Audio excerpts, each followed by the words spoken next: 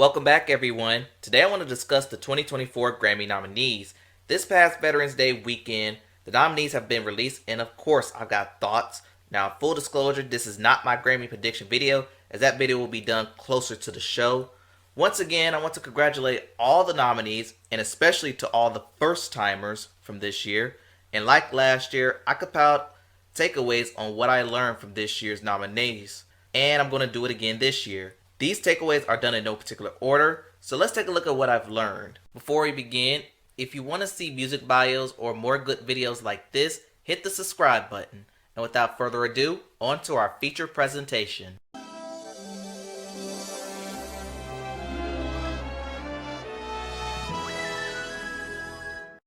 And my first takeaway involves Billie, Eilish, and Finneas, as their love train is back again. Here we go again from these two, even though I found out Finneas is more of the Grammy darling.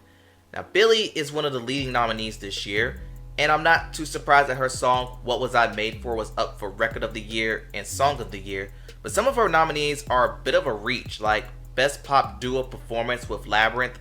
And of all the nominees I predicted for Best Music Video, her video for What Was I Made For was the only one I got right.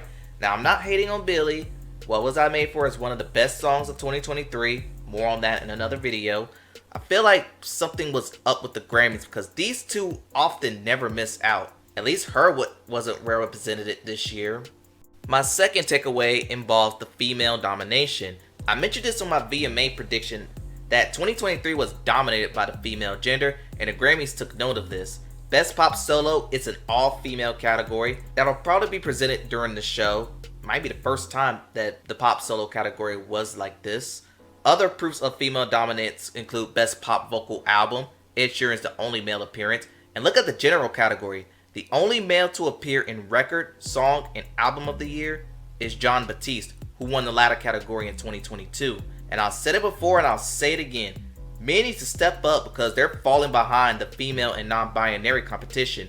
And speaking of Album of the Year, and that brings us to my third takeaway, in which I don't think Taylor Swift is guaranteed Album of the Year.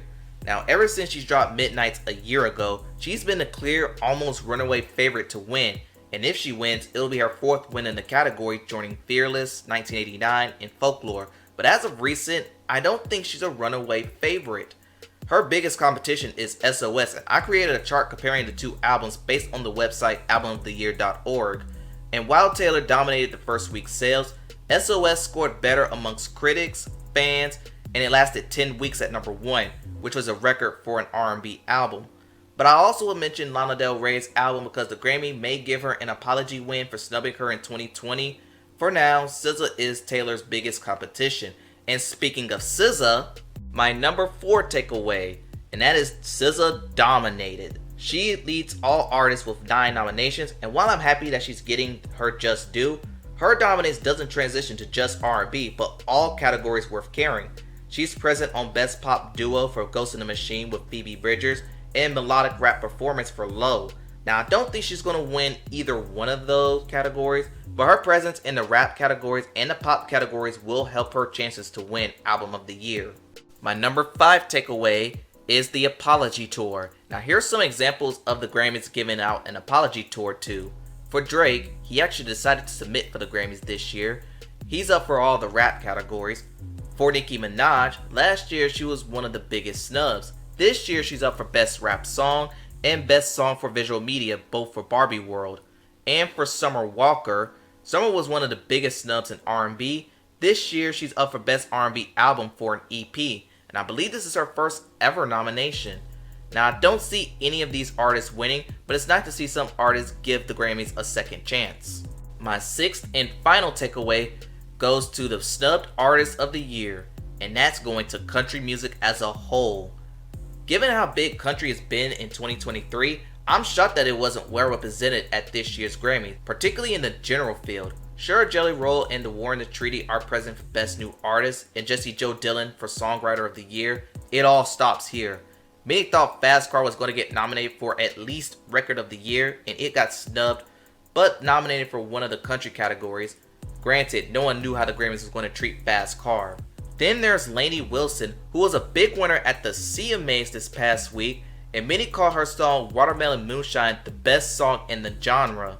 And she submitted for Best New Artist but failed to get nominated. And for Morgan Wallen, he had one of the biggest songs this year and the biggest album. His snubbing isn't that surprising because the Grammys have been super distant from him.